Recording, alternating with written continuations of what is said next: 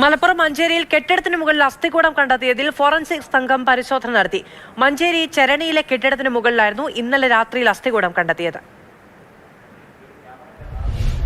ഇന്നലെ രാത്രിയാണ് ഈ മഞ്ചേരി ചരണിയിലെ ഈ വ്യാപാര കെട്ടിടത്തിന് മുകളിൽ നിന്ന് ഒരു അസ്ഥികൂടം കണ്ടെത്തുന്നത്.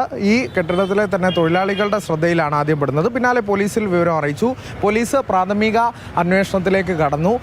ഇത്തരത്തിൽ ഈ സമീപത്തുണ്ടായ 2 മാസം മുന്നേ നടന്ന മിസ്സിംഗ് കേസുകളിലേക്കൊക്കെ പോലീസിൻ്റെ അന്വേഷണം പ്രാഥമിക ഘട്ടത്തിൽ തന്നെ കടന്നിട്ടുണ്ട്. 2 മാസത്തോളം പഴക്കമുള്ള അസ്ഥികൂടമാണെന്നാണ് പോലീസിൻ്റെ പ്രാഥമിക നിഗമനം. ഇവിടെ അതിന് മുകളിൽ വലിയ ഫ്ലക്സ് ഫിറ്റ് ചെയ്ത സ്ഥലമാണ്. അപ്പോൾ അവിടെ സൈൻ ബോർഡിൽ നിന്ന് ഒഴിവാക്കിയ ഫ്ലക്സ് ഉണ്ടോ എന്ന് അറിയാൻ വേണ്ടിയിട്ട് തൊട്ടപ്പുറത്തുള്ള ബൈക്ക് വർക്ക്ഷോപ്പുകാരൻ രാത്രി കയറി നോക്കുമ്പോൾ അവരെ വീട്ടിലേക്ക് ആവശ്യത്തിന് കിട്ടുമെന്ന് അറിയാൻ വേണ്ടി കയറി നോക്കുമ്പോഴാണ് അതിൽ പൊതിഞ്ഞ് കെട്ടി കിടക്കുന്ന രീതിയിൽ അവർ കാണുന്നത്.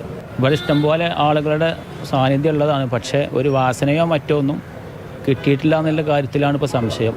ഞങ്ങൾ തൊട്ടപ്പുറത്തെ ബിൽഡിങ്ങിൽ ഞങ്ങൾ ഓഫീസുണ്ട്, അവിടെ ഇരിക്കാറുണ്ട് ഫുൾ ടൈം ഇലക്ഷനുമായി ബന്ധപ്പെട്ടൊക്കെ. പക്ഷേ ആർക്കും ഒരു സംശയം തോന്നിയിട്ടില്ല. ആരാണ് എന്ന് അറിയണേ തന്നെ വേണം. പക്ഷേ നാട്ടിൽ നിന്ന് ആരും മിസ്സായതായിട്ട് ഞങ്ങളെ ശ്രദ്ധയിലൊന്നും പെട്ടിട്ടില്ല.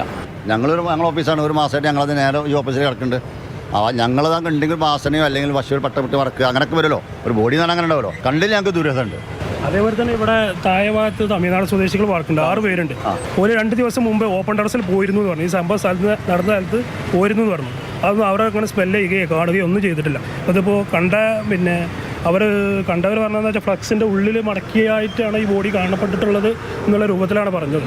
പല അസ്വാഭാവികതകളും ബാക്കിയാണ് എന്നുള്ളത് തന്നെയാണ് നാട്ടുകാർ പറയുന്നത്. കാരണം ഇതിന് മുകളിലേക്കൊക്കെ തൊഴിലാളികൾ പലപ്പോഴായി കയറാറുണ്ട്. അപ്പോഴൊന്നും അവരുടെ ശ്രദ്ധയിലൊന്നും പെട്ടിട്ടില്ല എന്നുള്ളത് തന്നെയാണ്. എന്തായാലും പോലീസ് പ്രാരംഭ അന്വേഷണത്തിലേക്ക് കടന്നിട്ടുണ്ട്.